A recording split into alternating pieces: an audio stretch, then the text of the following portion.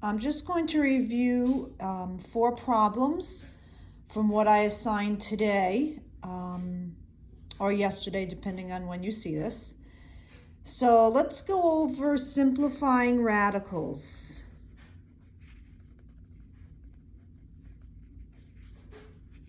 Simplifying radicals.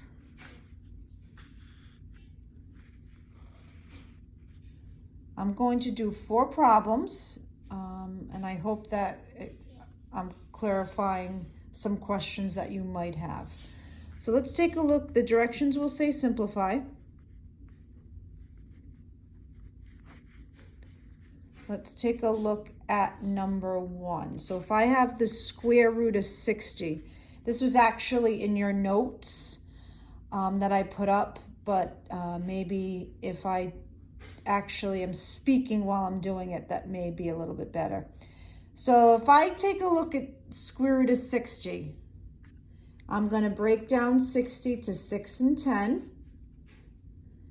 And then I'm going to break down 6 to 2 and 3. And then I'm going to break 10 down to 2 and 5. Now those are all prime numbers. There's nothing I can do with that. So I'm just going to rewrite this. The 2, the 2, the 3, and the 5 are all prime.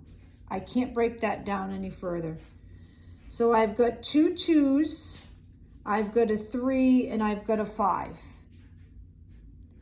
I'm going to group the 2 2s together. For every group, you take out one of what you're circling.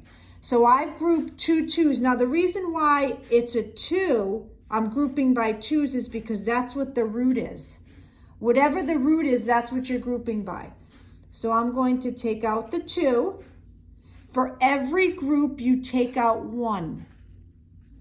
And then what's left here is the 3 and the 5. I'm going to multiply that together. That's giving me 15. So it's 2 square root of 15. Okay, let's take a look at number 2. So number 2, I've got the square root of 75. So let's think of 2 numbers when I multiply them together are going to give me 75. Well, I'm going to say 3 and 25. And then I'm going to break down 25 to 5 and 5.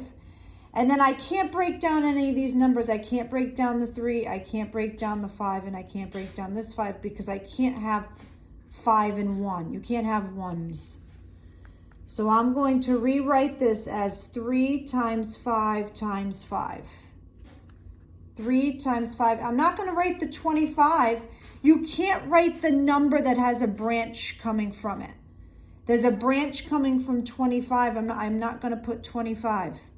There's a branch coming from 10. I'm not going to write 10 up here. There's a branch coming from 6. I'm not going to write 6 up here. I'm only writing the numbers that don't have a branch coming from it. Okay, because the root is 2, I'm going to group them by 2. So I've got 2 5s. I'm going to take 1 out. For each grouping, you take out 1. So I've got 5 square root of 3. 5 square root of 3.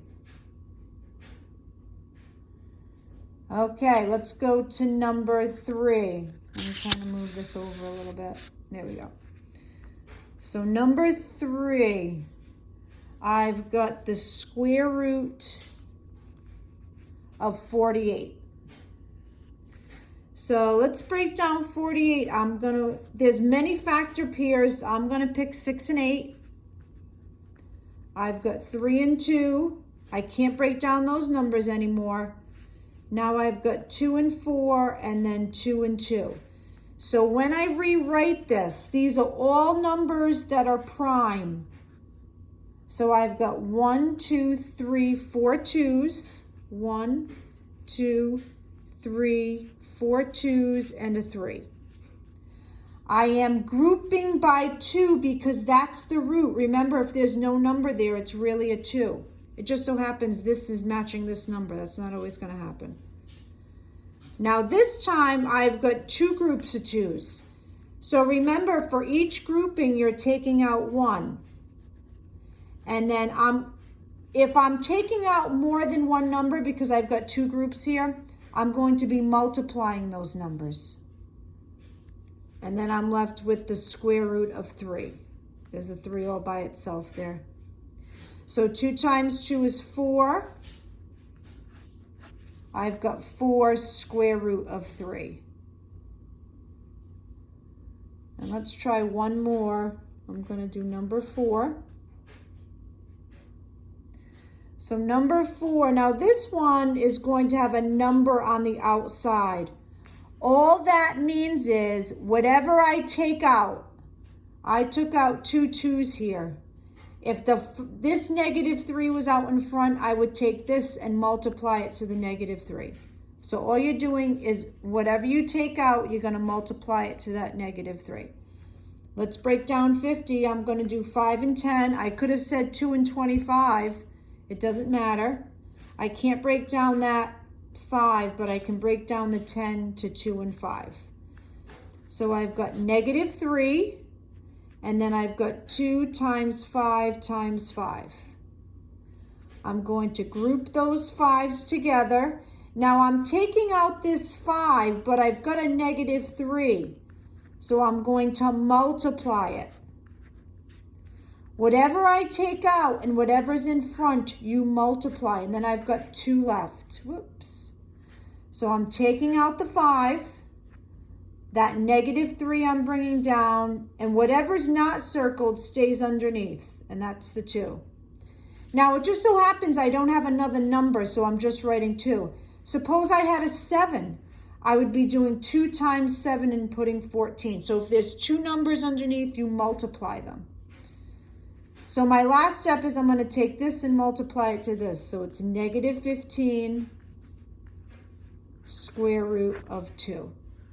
Negative 15 square root of 2. And that's simplifying radicals.